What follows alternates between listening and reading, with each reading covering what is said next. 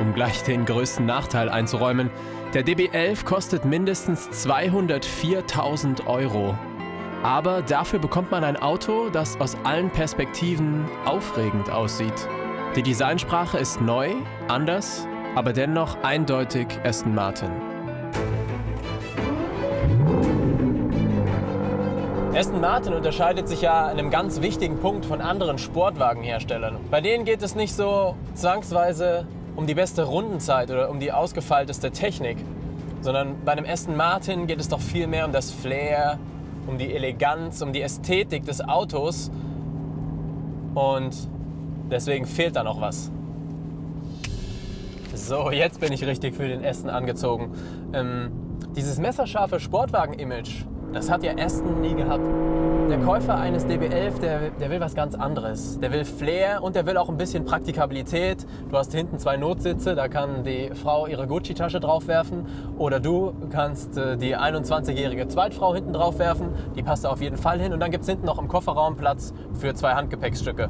Also das ist wirklich das Auto für die großen Touren. Ich meine, es ist ja auch der GT, der Grand Tourer.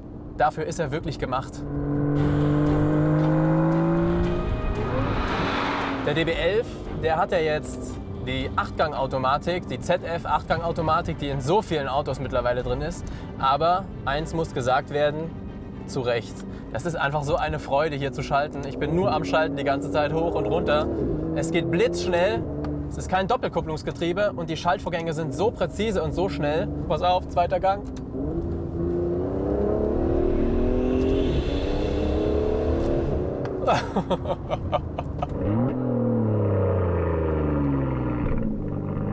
Kontenance, Herr Sasse. Kontenance. James Bond würde niemals so aus der Haut fahren. Was dumm ist, Bond, was einfach nur dumm wäre, sich daran nicht unendlich zu ergötzen, dieses Hoch- und Runterschalten.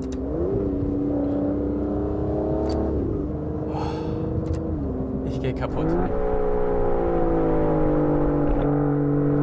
Die Lenkung, das ist so ein Schlachtschiff und die haben es geschafft, ihm so eine Leichtfüßigkeit zu verleihen.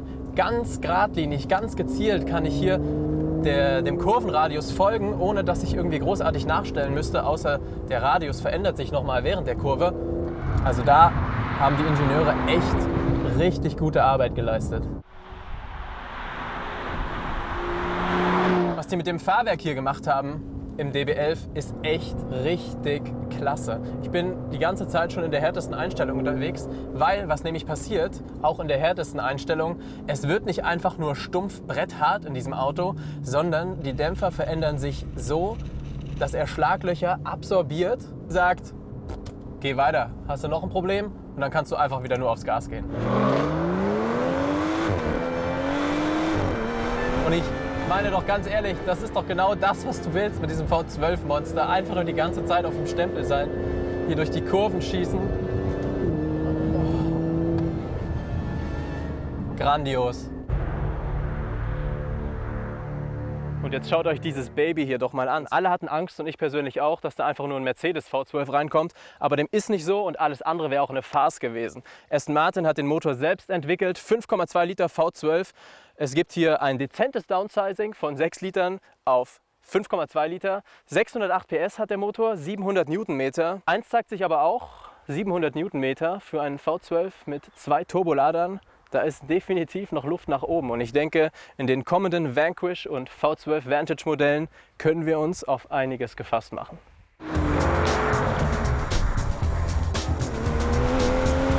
Und ob dieser Turbomotor auch untenrum richtig Wumms hat, so wie es das Datenblatt ja verspricht, das probiere ich jetzt aus. Ich bin gerade 4. Gang, schalte hoch, 6. Gang.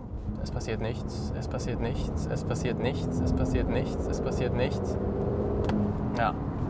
Und das ist es halt. Die Biturbo-Aufladung sorgt halt dafür, dass erst so ab 2000 baut er erst ordentlich Druck auf und dann geht es erst los. Damit muss man leben, man kann aber auch einfach 1, 2, 3 Gänge runterschalten, in den 3. Gang, meinen Lieblingsgang, und aufs Gas gehen. Aston Martin hat mit dem DB11 alles richtig gemacht.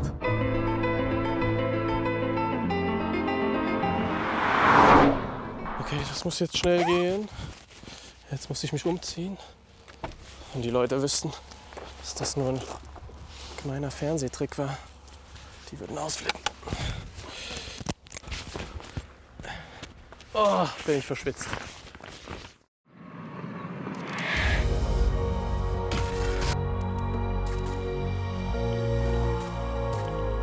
Es gibt Autos, die so selten sind, dass man bis ans Ende der Welt reisen muss, um sie zu sehen.